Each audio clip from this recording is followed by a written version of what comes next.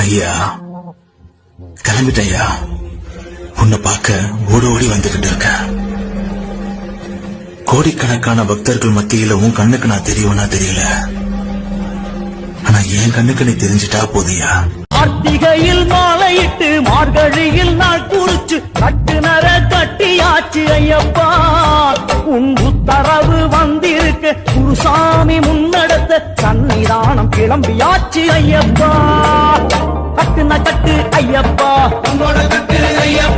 யாரை காண ஐயப்பா, கட்டுன கட்டு ஐயப்பா,